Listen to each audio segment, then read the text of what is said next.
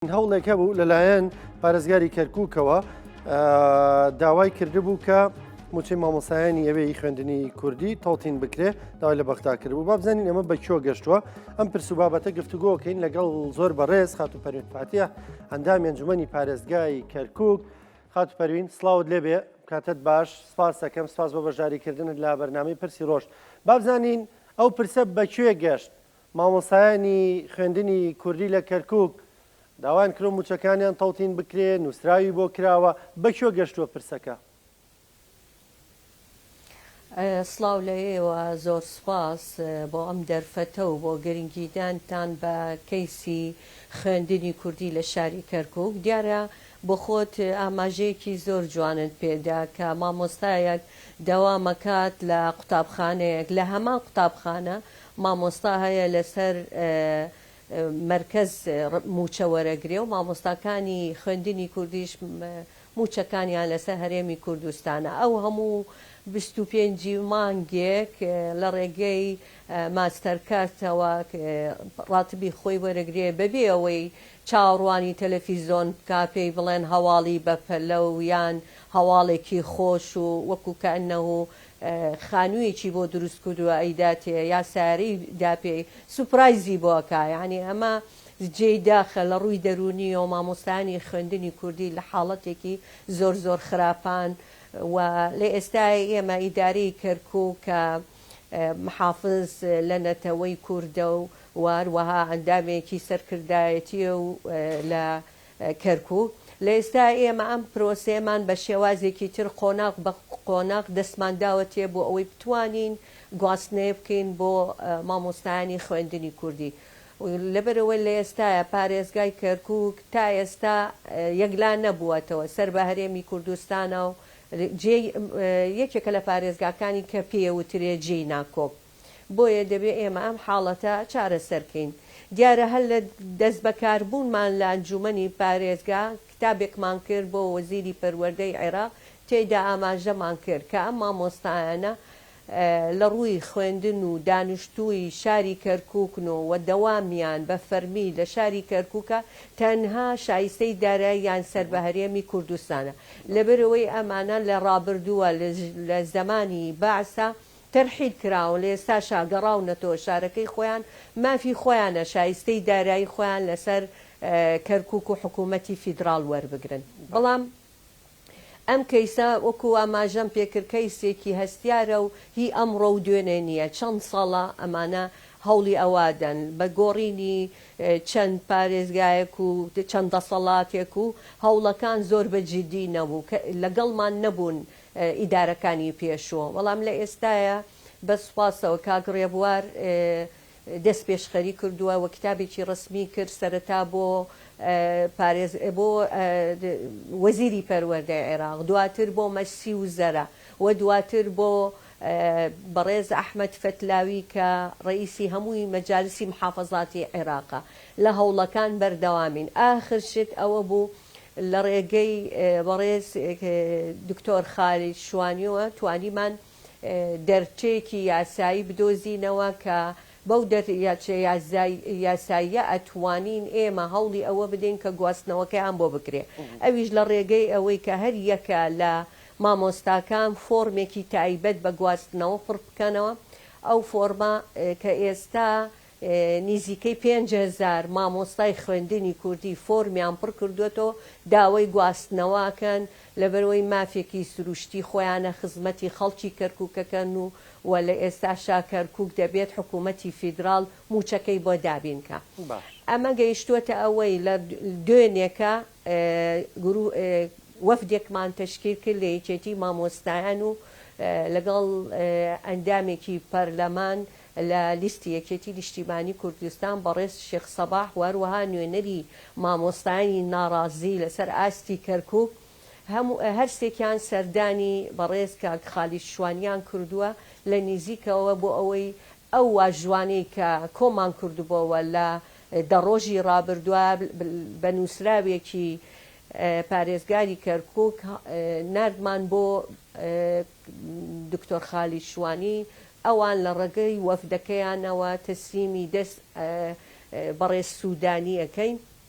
لە برۆی بەڕێ سوودانی کاتی کە حکوومەتەکەی تشکیل کرد فەقڕێکی تایبەت هەبوو کە گواستنەوەی مامۆستایانی ناوچە دابراوەکان بکرێت بۆ سەر بەغا بەڵام من لێرە ئەمە ڕوونکردنەوەیەک بدەین هەموو هەوڵەکانمان ئەگەێنینە مەبەست کە نەجاحەت بێنێ و سەرکەوتن بەدەستبێنین بەداخەوە هەرێمی کوردستان عرقەلە دروستەکە گرفتێک دروستەکە بۆ ئەوەی مامۆستانی خوێندنی کوردی گواستنەوەیان بۆ نەکرێ بۆ سەر بەغا ئەوان ئەیانەوێت ئەم ژمارەی کە لە ناوچە دابراوەکان هەیە کە لە زیاتر لە 13,000 کارمەند و مامۆستا و بە هەموو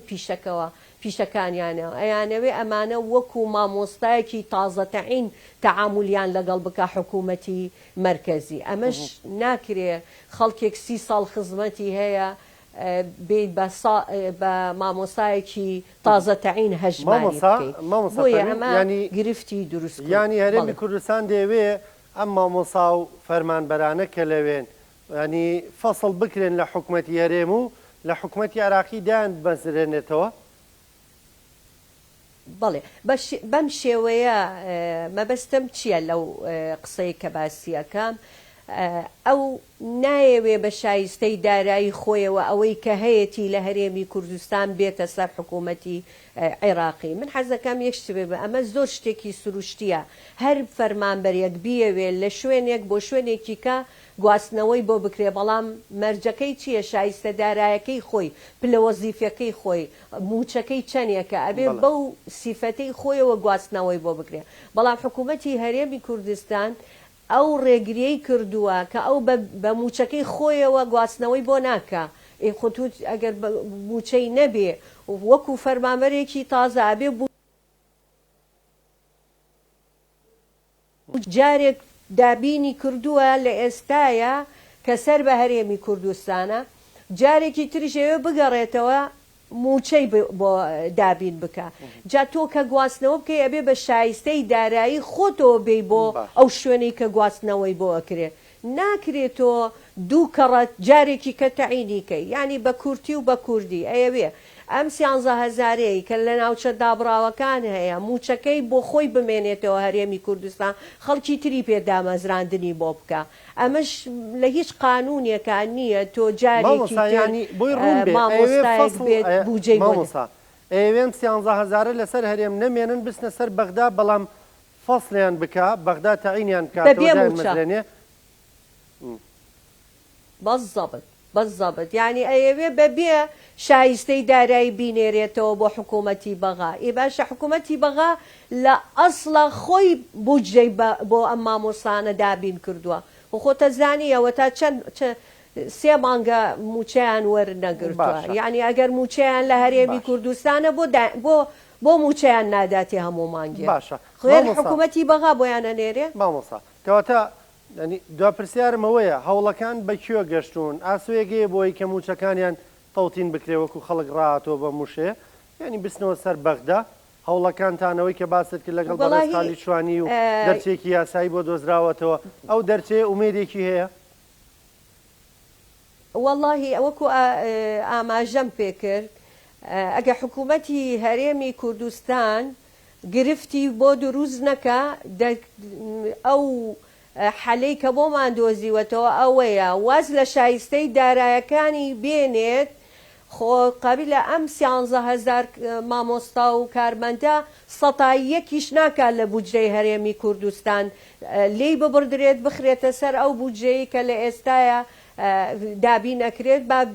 گواستنەوەی بۆ بکرێت ئەگە گرفتمان بۆ دروست نەکەن کە هەمیشە ئێمە لە کەرکووک هەوڵی ئەوە ئادەین کێشەکان ئەگەینی نەچارەسەر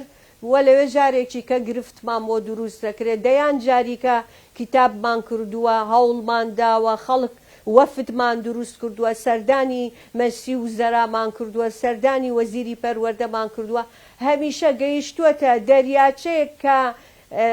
ڕزگارمان بێت مامۆستانی خوێندنی کورد و ڕزگاریان بێت لەوەی موچەکانیان بە ئیسراحەت وەرگرن وەکو هاوڕێکانیان گرفتێکی بۆ دروست کردووە حکوومەتی هەرێمی کوردستان دەیهێشتووە وەکو پێویست کارەکەیان ئەنجام درێت کە من ئەڵێم گرفت چییە؟ گرفتەکە لەسەر ئەوەیە کاش دەبێت مامۆستایەکی خوێندنی کوردی بە شایستە دارایەکانی خۆی کە هەیەی ئێستاکە بگوازرێتەوە سەر حکوومەتی فیدرال بەرامبەر بەمە حکوومەتی فیدرال هیچ یاسایەک نییە منعی ئەوە بکاکە کە تاکێک بێوێ گواستنەوە بکرێ بە موچەی خۆیەوە بێتە شارەکەی خۆی. بەڕێز پەروین فاتح ئەندامی ئەنجومەنی پارێزگای کەرکووک سپاس دەکەم سپاس بۆ بەشداریکردن لەگەڵمان و بۆ ڕوونکردنەوەکانت بە هیوایەوەی هەوڵەکان سەر بگرێ و خواستێ مامۆسایانە بەدی بێ خۆشەویستان بەردەوامین شوێکی کورد وەرەگرین و ئەگەڕێنەوە لاتان.